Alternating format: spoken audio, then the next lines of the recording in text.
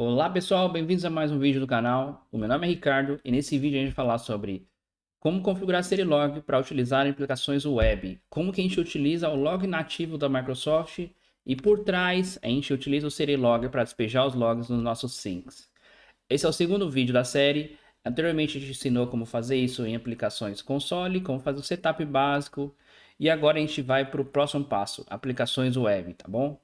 Espero que vocês tenham gostado do último vídeo e gostem desse também.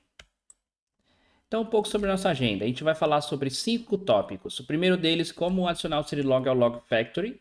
O Log Factory é o mecanismo que injeta aquela classe iLogger do tipo T, tá?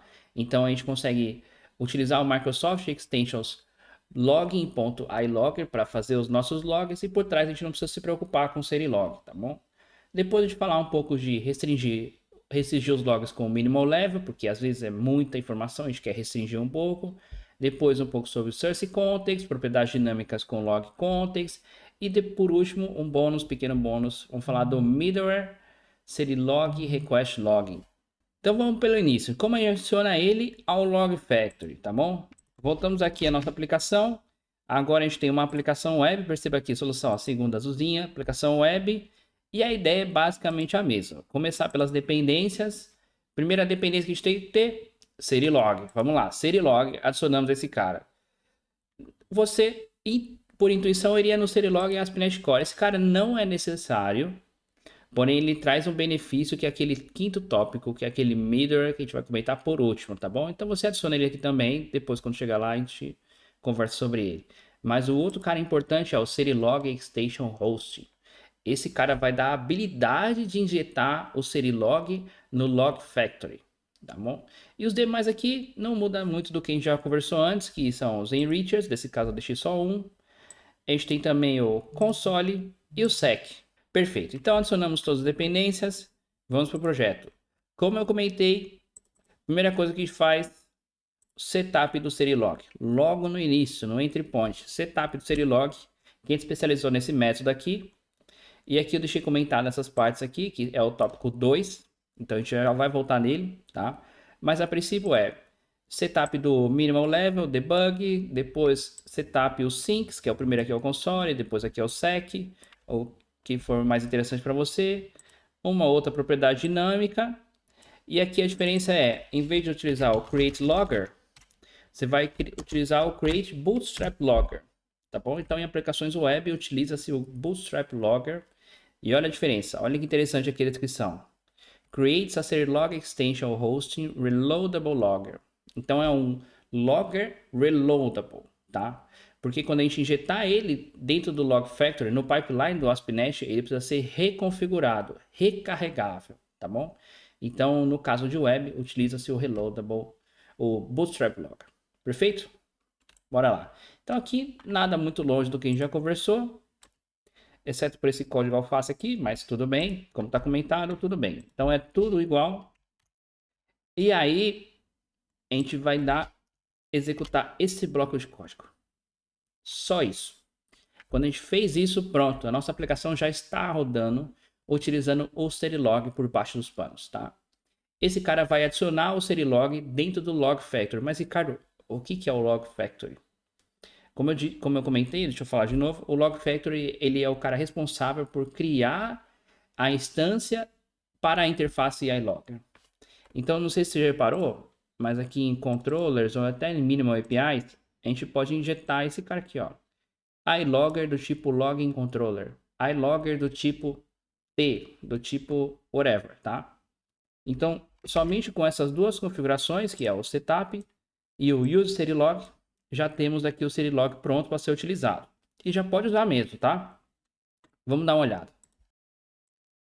E aqui as mensagens já estão saindo, tá? Perceba, a aplicação web subiu aqui, Hello World, que eu deixei. E olha quantas mensagens, tá? Então isso aqui tudo já está saindo pelo sync do sec e do console. Então se eu fizer o filtro aqui no meu amigo aqui no sec, eu já tenho todas as mensagens aqui também, tá? Beleza? Na verdade não são as mesmas, porque eu acho que eu filtrei. Tá, quando eu chegar na parte do filtro a gente fala sobre isso, tá? Não são as mesmas mensagens, mas essa aqui a gente tem, ó, get aqui. Essa daqui, ó, get duas vezes, tá vendo? E o request finish, tá? A gente não tem as mesmas no sec porque eu filtrei debug para não ir para o sec, tá bom? Vamos ver como a gente faz isso. Então, com isso a gente já pode usar em nossas aplicações web. Vamos só ver como dar uma customizada para ficar mais relevante, tá? Para evitar de injetar lixo aonde a gente não precisa. Então voltamos aqui no nosso método de setup. E olha que interessante. Dentro do meu sync, eu restringi restrict to minimal level information. Então somente mensagem do level information vai para o sync do sec. Eu posso fazer a mesma coisa, inclusive é o mesmo método, restrict minimal level, para o console e para os syncs em específico, tá? Mas geralmente o que eu faço, você pode fazer do jeito que você achar melhor, tá? Mas o que eu faço é, eu deixo em aberto aqui. Para algumas coisas eu filtro um pouco mais, mas é bem difícil. O que eu gosto de utilizar é esse cara aqui, ó. Minimal level.override. E aí eu coloco o namespace e qual que é o level que eu quero. Então tudo que sair desse namespace ou namespace derivados desse daqui, que é o Microsoft, só o que for warning vai para os syncs. Só para o que for warning vai ser processado, tá? Então eu faço isso daqui, este daqui e esse daqui. Geralmente eu trabalho com esses três aqui por padrão. E aí se você olhar aqui no App Settings nativo, ele tem algo similar, ó. Default Information, que é o padrão, Microsoft ASP.NET Core, Warning, tá? No caso, como a gente fez o setup do Serilock, isso aqui é ignorado, tá? Então isso aqui não tem relevância alguma, estando aqui ou não, não vai ser lido, não dá diferença, tá? Mas é só para fazer uma analogia, é a mesma ideia. Então, você está filtrando o que sai desse namespace ou derivados, warning, e desse namespace derivados, information, o que for abaixo disso não vai ser processado, e o que vier de system também. Vou rodar só mais uma vez para dar uma olhada, a diferença. Perceba como é mais limpo. E as informações são mais relevantes, tá? O que é relevante para mim quando eu estou desenvolvendo? Qual que é a porta que está rodando? Tá? Qual que é o Content Root Path? Tá bom? E aí eu consigo executar na minha aplicação. Acho que eu coloquei aqui, ó, minimal hello world. Não. Acabei de fazer a API e eu já esqueci. Minimal login, é isso. Isso. E ele já sai aqui também, tá? Então, é isso. Então, esse aqui cobre o tópico restringindo logs com minimal level. O terceiro tópico também é muito importante. É importante o entendimento, tá? Porque geralmente a gente usa sem saber muito, mas vamos entender o que é o source context. Quando a gente olha aqui dentro do sec, olha que interessante. A gente tem uma propriedade chamada source context. De novo aqui, source context. Source context. O source context está presente em todas as propriedades. Todas as mensagens. Todas as mensagens têm um source context. E o que é o source context? O source context ele é a classe com o namespace, tá? Então, lifetime é uma classe que tem o namespace igual a esse aqui. Outro de novo aqui o lifetime. Aí aqui tem o Microsoft ASP.NET Hosting Diagnostics. É a classe que gerou essa mensagem. Então assim a gente consegue saber quem foi o cara que emitiu essa mensagem, tá bom? Quem foi o emissor da mensagem. Como que esse cara funciona? Como a gente consegue um pouquinho mais de detalhes sobre isso, tá? Então eu tenho esse minimal API aqui, que a ideia é basicamente a mesma para os outros, tá? Quando eu pedir esse required server aqui, ó, iLogger, ele já sabe da onde que vem o source context. Quando você define esse T aqui, program, esse é o source context que vai ser utilizado. No caso aqui do login controller que eu tenho aqui, esse é o source context, tá? Então o source context é quando você pede o logger, ele já vem o source context aqui. Então vamos checar aqui, ó. Vamos passar aqui o /login, aí ele vai executar daqui e a gente checa o source context para ver. Beleza? Executou.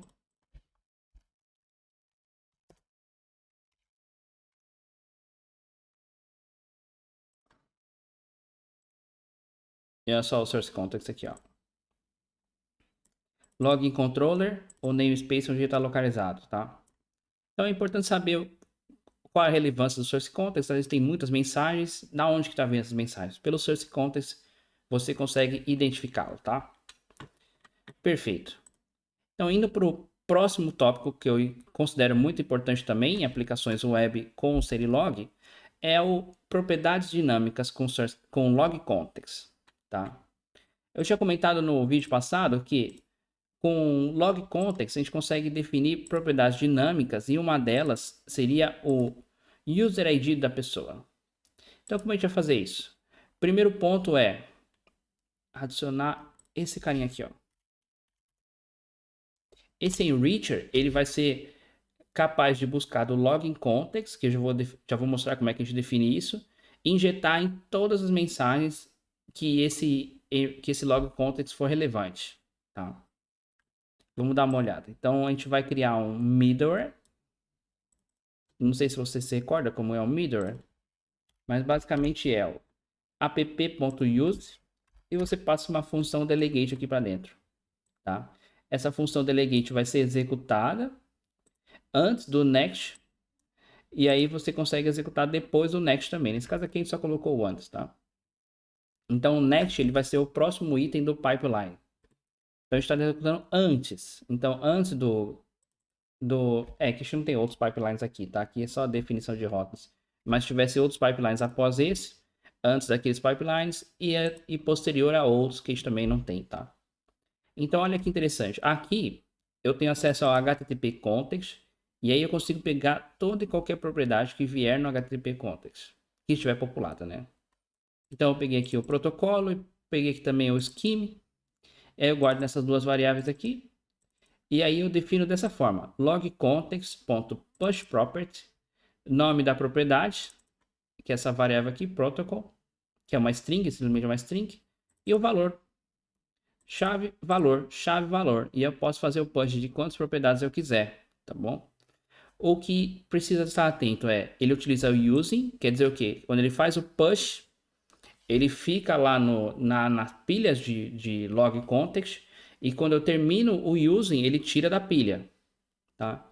E esse cara aqui, ele é thread safe, tá? Então você coloca, enquanto o return não voltar, esse next, ele não sai da pilha. Então todas as mensagens que você enviar, que estiver dentro desse next aqui, dentro desse pipeline, vai ser enriquecida por essas mensagens. E aí eu comentei sobre o user ID. Tá aqui uma maneira de buscar o user ID, ó. http context.user, aí você localiza o claim correspondente do seu user ID, tá? No caso do cookie, geralmente é esse daqui, cookie authentication. No caso do JWT, aí é outro, é o sub do JWT. E aí você pegou o dado, faz o push aqui, tá? Tem sempre que utilizar esse no label aqui, esse question mark aqui, essa interrogação, porque pode não tá autenticado, pode não ter localizado esse claim, tá? Se não localizou, duas interrogações aqui, que é o coalesce, né? Utiliza esse valor aqui, tá? Caso for nulo, utiliza o valor unknown. E é claro que você tem que ter o use authentication antes desse pipeline rodar, né? Antes desse pipeline rodar aqui. Então você tem que autenticar que o use authentication ele é que vai popular o user. Use authentication, authorization, o que você precisa fazer antes, tá? Senão não vai funcionar. Aqui nesse caso eu vou só tirar, porque minha aplicação não tem autenticação, tá? Vou só deixar comentado aqui para você depois utilizar.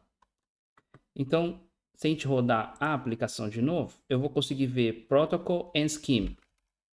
Vamos dar uma olhadinha. Ó, rodou. Vou chamar o login. Escreveu aqui as mensagens.